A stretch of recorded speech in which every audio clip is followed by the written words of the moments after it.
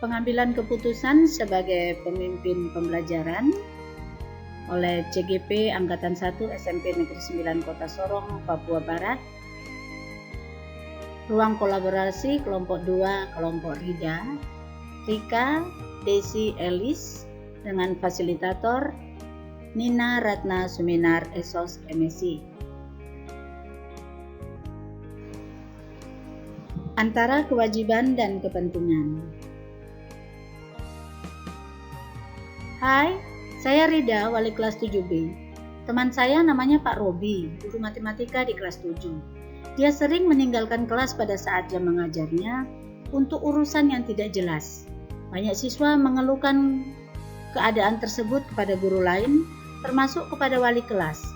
Kelas-kelas yang ditinggalkan menjadi ribut dan mengganggu kelas lain yang sementara belajar.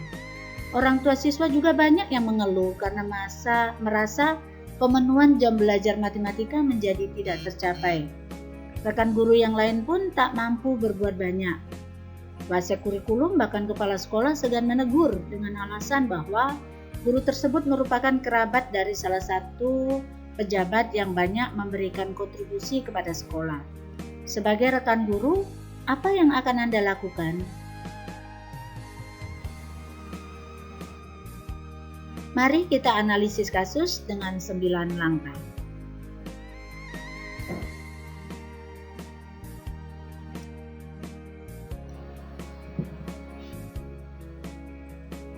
Langkah pengambilan dan pengujian keputusan. 1. Nilai yang saling bertentangan. Benar lawan benar. Benar jika sebagai rekan sejawat menegur Pak Robi.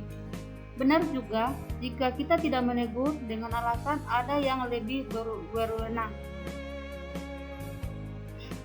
Siapa yang terlibat? Tuh, Pak Robi. 2. Kepala sekolah.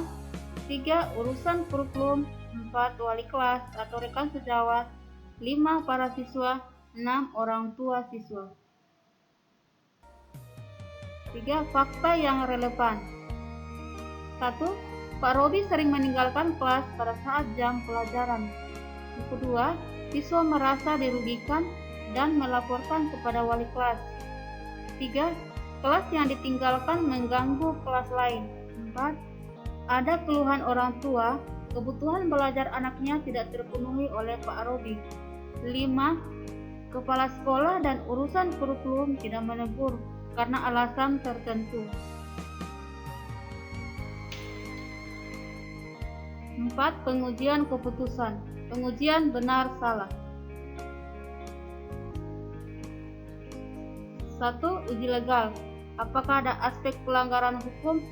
Ada pelanggaran peraturan baik yang tertulis maupun yang tidak tertulis. 2. Uji regulasi. Apakah ada pelanggaran kode etik atau peraturan regulasi pemerintah mengenai beban mengajar guru minimal 40 jam per minggu, SK Kepala Sekolah tentang pembagian tugas mengajar dan jadwal pelajaran, melanggar kode etik profesional guru pasal 6. 3. Uji intuisi. Apakah ada yang salah dalam situasi ini? Ada nilai yang diyakini salah dalam kasus Pak Robi, yaitu karakter yang tidak bertanggung jawab dalam tugas mengutamakan kepentingan pribadi.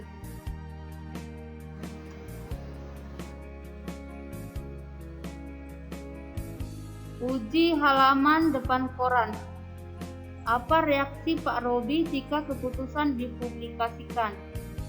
Reaksi Pak Robi pasti marah jika kasus ini dipublikasikan di koran, tetapi itu wajar saja sebagai pembelajaran bagi guru lain agar tidak mencontoh tindakan Pak Robi.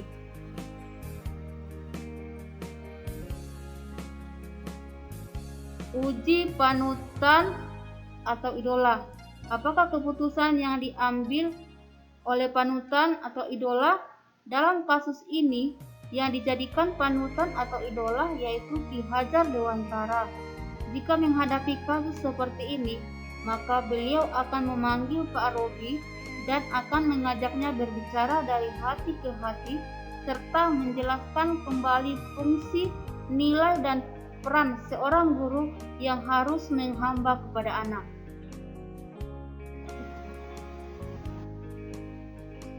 Pengujian paradigma. Paradigma dilema mana yang terjadi?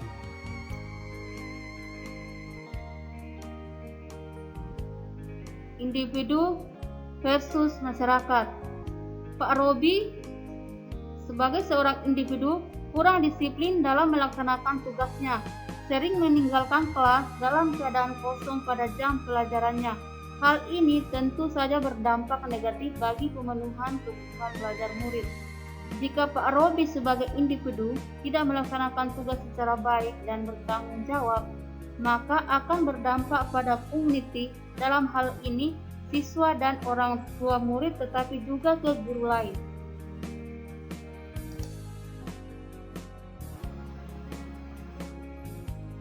Yang keenam, melakukan prinsip resolusi. Berpikir berbasis peraturan. Berpikir berbasis peraturan karena Pak Robi telah menyalahi aturan dengan meninggalkan kelas saat ada jam mengajar. Yang ketujuh, investigasi opsi trilema. Dalam hal ini kami melibatkan pengawas sekolah untuk memberikan pemahaman dan pandangan tentang fungsi, tugas, dan nilai dari seorang guru. Yang kedelapan, membuat keputusan berdasarkan uji regulasi dan uji panutan. Sebagai rekan guru sekaligus sebagai wali kelas, sebaiknya pertama, kami harus mengingatkan Pak Robi untuk memperhatikan jam mengajar sehingga siswa tidak dirugikan kebutuhan belajarnya. Yang kedua, menyampaikan tentang keluhan orang tua siswa kepada Pak Robi. Dan yang ketiga, bersama-sama dengan kepala sekolah, wakil kepala sekolah bagian kurikulum, dan pengawas untuk mengajak Pak Robi mendiskusikan tentang fungsi, tugas, dan peran guru sebagai filosofi Ki Hajar Dewantara. 9. Lihat keputusan dan refleksikan. Pengambilan keputusan sudah melalui 9 langkah pengambilan dan pengujian keputusan. Keputusan yang diambil sudah mengakomodir seluruh pihak yang terlibat, baik Pak Robi, siswa, orang tua siswa, kepala sekolah, urusan kurikulum, rekan sejawat. Pengambilan keputusan untuk mengatasi dilema etika terkait kasus ini tidak bertentangan dengan nilai dan budaya positif di sekolah. Hal-hal yang tak terduga yang harus diantisipasi. Pertama, kemungkinan reaksi Pak Robi terhadap keputusan yang diambil akan menerima, tetapi bisa juga menolak, bahkan marah. Yang kedua, dampak dari pengambilan keputusan bisa saja guru tersebut akan dicap sebagai guru yang sok tahu, sok disiplin, sombong, hubungan dengan Pak Robi menjadi bermasalah, dan lain sebagainya.